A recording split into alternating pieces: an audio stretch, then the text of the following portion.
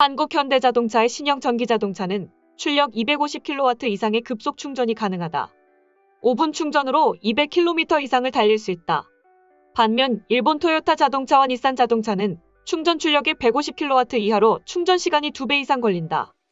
니혼 게이자의 신문은 18일 해외에선 충전 시간이 내연기관 자동차 수준으로 짧아진 전기차가 잇따라 등장하고 있다며 이같이 보도했습니다. 그러면서 일본 전기자동차의 충전 성능이 해외 경쟁사들에 비해 크게 뒤떨어져 글로벌 시장에서 점유율을 잃게 될 수 있다고 경고했습니다. 전기차 충전 시간 단축의 선두주자는 미국 테슬라입니다. 테슬라는 2019년 250kW 출력의 급속 충전기를 개발한 뒤 주력 차종인 모델 3에 도입했습니다. 15분 충전으로 275km를 달릴 수 있습니다. 테슬라를 제외하면 급속 충전 기능은 주로 고급 전기차를 중심으로 적용됐습니다. 독일 폭스바겐 그룹사나 포르쉐는 2020년 270kW 출력의 급속 충전 기능이 탑재된 타이칸을 선보였습니다. 4분 30초 충전으로 100km를 주행할 수 있습니다. 이듬해 폭스바겐 사나 아우디도 270kW 급속 충전이 가능한 전기차를 내놨습니다. 하지만 최근 들어서는 급속 충전이 가능한 양산형 모델 차량도 등장하기 시작했습니다. 현대차의 스포츠 유틸리티 차량 전기차인 아이오닉5가 대표 사례로 꼽혔습니다. 아이오닉5는 350kW의 급속 충전기를 이용하면 5분 충전으로 약 220km의 주행이 가능합니다. 니케이는 이 차량은 이번 달부터 일본 시장에 출시된다. 가격은 500만엔, 한국 돈으로 약 4,900만원 전후로 일반 소비자들을 주 고객층으로 한다. 충전 시간은 소비자들이 구매할 때 가장 중요하게 여기는 지표라고 설명했습니다. 딜로이트 토마츠 그룹의 2021년 조사에 따르면 전기차 차량 구매를 계획하고 있는 소비자들 중 20%가 긴 충전 시간에 대해 우려를 표했습니다. 몇 분 만에 연료를 가득 채울 수 있는 내연차와는 달리 전기차는 대부분 급속 충전기를 사용해도 완전 충전까지 30분 이상 걸리기 때문입니다.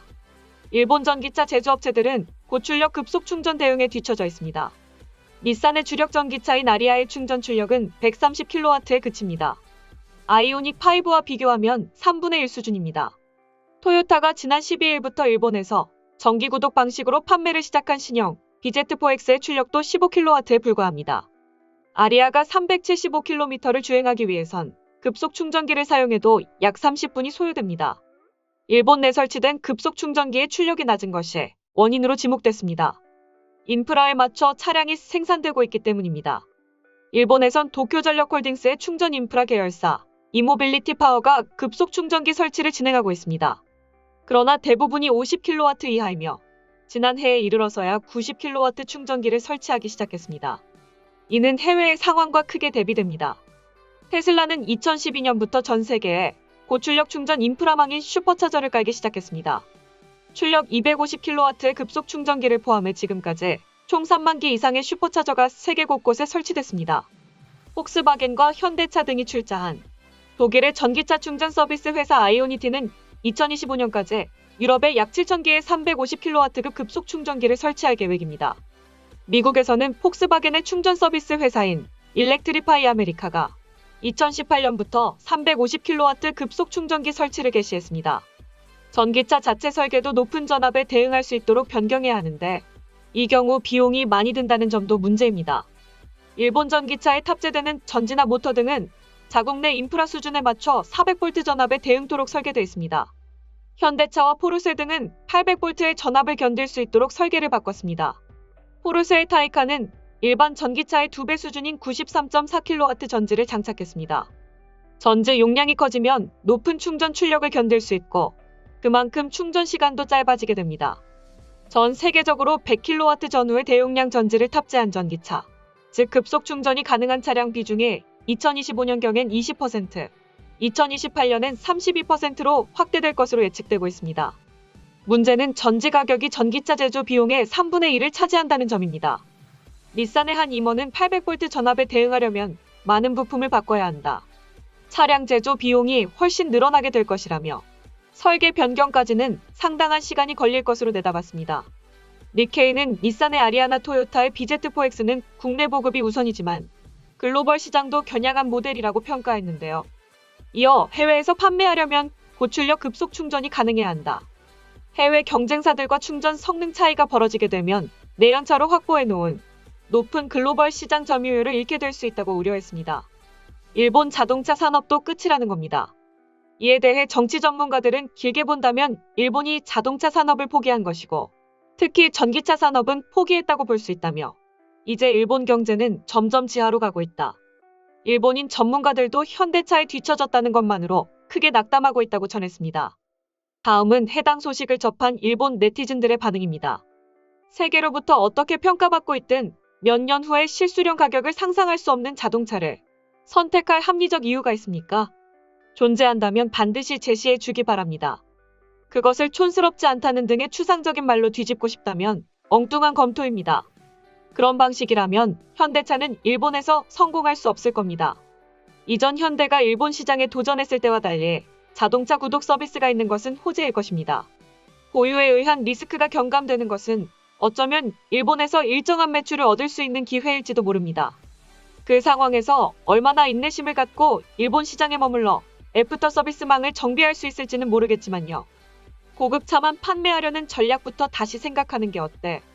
비싼 차를 사는 건 고액소득자겠지. 고액소득자는 대부분 나이가 많고 노인일수록 한국 제품에 대한 거부감이 강하다. 젊은이는 비교적 한국에 대한 거부감이 적겠지만 그들은 소득이 낮다. 따라서 일본에서 한국 차의 지반을 진심으로 쌓고 싶다면 일본 차보다 싸고 성능이 좋은 차로 젊은이들을 상대로 승부해야 한다. 실적 부진은 곧 신뢰의 문제 아닐까? 자동차 선택은 사람마다 다르지만 지방에서 생필품으로 구입하는 사람으로 치면 대개는 같은 메이커만 찾고 있을 거라고 생각한다. 거기에는 오랜 세월에 걸쳐 메이커가 쌓아 올린 신뢰가 있어 결코 싸지 않은 쇼핑을 유지하는데 매우 중요한 요인이기도 하다. 한국 차를 선택하지 않는 이유로 촌스러움을 말하는 사람은 소수파 아닐까요? 매번 그런 인식을 가졌기 때문에 제대로 팔 수 없는 거라고 생각합니다. 일본에서 팔리고 있는 외국차의 상당 부분이 고급차입니다. 차 선택에 있어 디자인이나 성능 이상으로 브랜드 자체가 크게 영향을 미치죠. 현대가 하나의 브랜드로서 강한 힘이 있다고 생각되진 않습니다. 일본 시장을 노린다면 젊은 층을 위한 저렴하고 디자인성 중시의 차를 도입하여 인지를 높이는 것이 선결이라고 생각합니다. 아무래도 현대에 대한 세계적 평가는 저렴한 차 위주가 많으니까요. 일본 시장에서는 일본 국내 업체들이 다양한 차량을 출시하고 있어 일본 소비자들의 요구를 폭넓게 충족시키고 있다. 국산차로 만족하지 않는 사람은 독일차나 프랑스차 등의 수입차를 사는데 현대는 그곳의 요구를 공략할지 또 그저 국산차의 요구를 공략할지 방향이 확실치 않다. 현재로서는 국산파와 수입파 중 어느 쪽의 니즈도 커버하지 못하고 있어 일본에서는 팔 수 없다. 일본에서 팔고 싶다면 일본인의 요구에 맞는 차를 만들 필요가 있지만 현대는 일본 시장을 위해서만 글로벌 스탠다드에서 벗어나면서까지 차를 만들지는 않을 것이다. 일본인에게 한국차를 구입하는 것은 타사의 자동차 회사에서 구입하는 것보다 큰 각오가 필요합니다. 디자인에 관해 촌스럽다고 말하는 사람도 있지만 저는 촌스럽기보다는 취향이 아니라고 말하는 것이 적합하다고 생각합니다. 그리고 한국은 이러한 기사는 전반적으로 자화자찬하고 일본 소비자의 지식이나 감각과 너무 괴리되어 있는 것 같습니다. 소식 마치겠습니다. 오림박스는 내일도 최선을 다하겠습니다. 감사합니다.